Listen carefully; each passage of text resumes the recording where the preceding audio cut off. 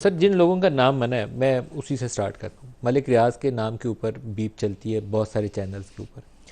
मलिक रियाज का जब केस इमरान खान के ऊपर आप डालते हैं तो मलिक रियाज का वो केस 190 मिलियन पाउंड का हो या 460 अरब की सुप्रीम कोर्ट वाली डील हो, जब आपने इस केस को डालना हो किसी भी इमरान खान के ऊपर, किसी भी नवाज शरीफ के ऊपर, तो आपको सुप्रीम कोर्ट के अंदर बैठे हुए उन जजों से पूछे बगैर और उस वक्त की इस्टेब्लिशमेंट जिसने इसके ऊपर राह हमवार की उसको पूछे बगैर आप इस सज़ा के अमल को मुकम्मल नहीं कर सकते। अगर आप कहें कि वो खाली इमरान को पकड़ के फाहे चढ़ा दो और सुप्रीम कोर्ट के जज से ना पूछो 190 मिलियन पाउंड जिसने किटी में जमा कर लिया अपनी, ना उनसे 460 अरब की प्ली बारगेन का पूछो, ना उस वक्त की इस्टेब्लिशमेंट से पूछो जिन्होंने फैसिलिटेट किया था, तो फिर ये इंसाफ नहीं होगा मैं सर। मैं मैं 100% आपसे इतरा जो है एग्री करता हूँ।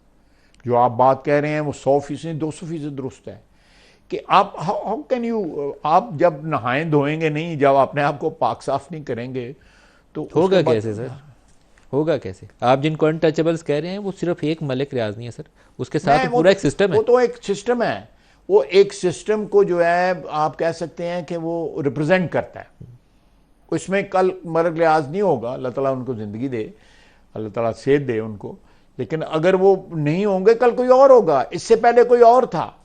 तो ये सिलसिला जो है चल रहा है। और ये जो इल्लतें लगी हुई हैं हमारी सोसाइटी को, आप हिसाब लगा लेना कि आपका जीएसटी में जो है आपकी रिकवरी जो है 2500 अरब हो सकती है। मैंने असेंबली में आपकी तकरीर में कहा है जो टोटल मैंने एवेजन का जो एक रिसर्च हुई है उसके नतीजे में वो सामने आई है। मैंने वो उसको उनको कोट किया है। आईपी एसओएस जो ऑर्गेनाइजेशन जो है वो तकरीबन 5-5.5 हज़ार अरब रुपया जो है आपके मौजूदा टैक्स सिस्टम में without expanding the tax net जो है। तो कोई कोई तो है जो इस सारे सिस्टम में क्या पंजाबी में कहते हैं कि सन लगा रहा है, नकब्जा नहीं कर रहा है जो